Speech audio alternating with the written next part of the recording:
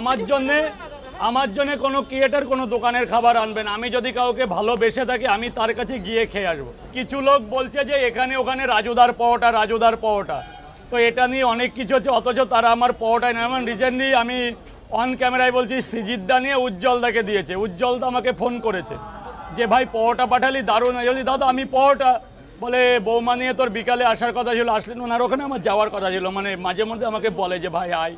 আমার আর উজ্জ্বলদা আমেরিকান দাদার মধ্যে একটা গুড সম্পর্ক আছে।